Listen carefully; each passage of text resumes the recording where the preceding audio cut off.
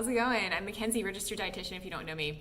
I wanted to talk a little bit about a client that I have that I saw last night. And this client lives in a larger body and faces stigma in the medical system and difficulty accessing the fertility care that she needs for a variety of reasons. But part of that does have to do with weight stigma in fertility and prenatal care. And so I wanted to talk a little bit about what that looks like and the kind of solution that we came up to navigate this system. Ultimately, it's the system that needs to change. That's not going to happen overnight. So something I work on with my clients is self-advocacy and kind of strategizing how we're going to navigate the system so that my clients can get the medical care that they deserve. So this is where I kind of go from dietitian to advocate, activist, case manager, whatever you want to call me. But it's something I do, I'm really passionate about with my clients. And so anyways, I wanted to share a little bit about the solution that we came up with. Basically, the situation she's in is her insurance is kind of funky and only covers certain labs. And by that I mean she can get blood work done, but it can only be processed by one or two lab companies. And where she lives, those lab companies are not as abundant because she actually has out-of-state insurance. So that is system barrier number one that she's dealing with, and that is unjust, and there's a big gap in her care in that regard. So she lives in a semi-rural part of the U.S., and that's part of why she doesn't have quite as good access to a lab that's covered by her insurance. The other issue is that there's actually only 2 hospitals that she could deliver a child at.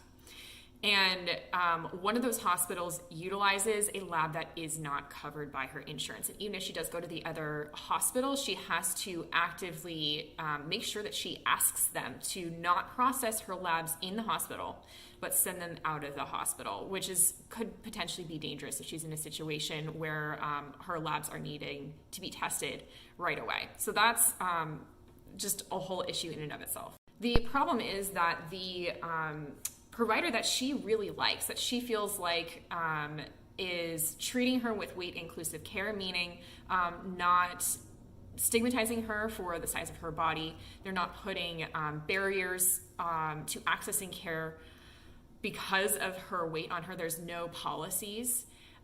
That is the preferred hospital and provider, but that the lab that they use is not covered by her insurance.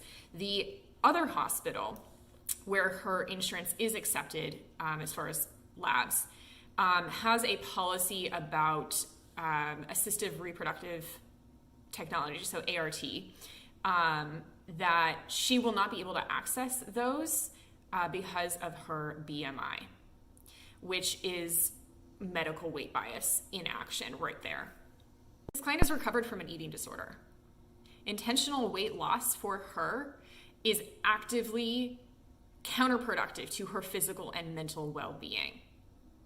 Actively counterproductive. What I'm working on with her is managing her symptoms of PCOS without weight control, because that would not be actively healthy for her. She's come so far in her recovery from her eating disorder. If she were to stay with the provider where the lab is a little bit more convenient and more efficient and in network for her, and needed assistive reproductive technology, so accessing Clomid and other drugs like that, intentional weight loss would be required for her to be able to access those. So basically, the policies and systems in this particular hospital are setting her up for failure, for malnutrition, for sliding back into disordered eating behaviors. It's setting her up for a relapse. That is actively not okay.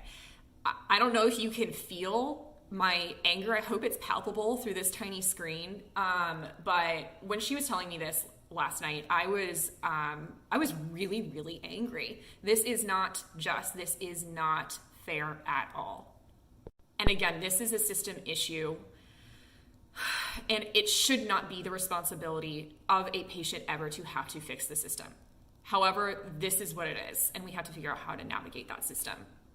So anyways, the solution that we came up with is for her to try and stick with the OBGYN that she feels most comfortable with for her fertility care, that is not going to put up those barriers to accessing things like Clomid or other interventions if she needs them because of her BMI. And just do the inconvenient thing where she takes the lab order, goes to the lab that is covered under her, and goes back to that doctor. And whenever she does become pregnant, and kind of before she gets to the end of her first trimester or mid-second trimester, transition her care over to the OBGYN where the lab is in network so that she could deliver at that hospital. So that's the solution we came up with.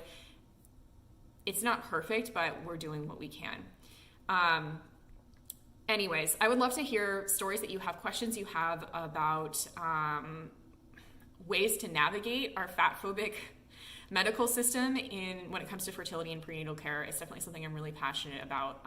And if you have other resources or ideas, I'd love to hear them.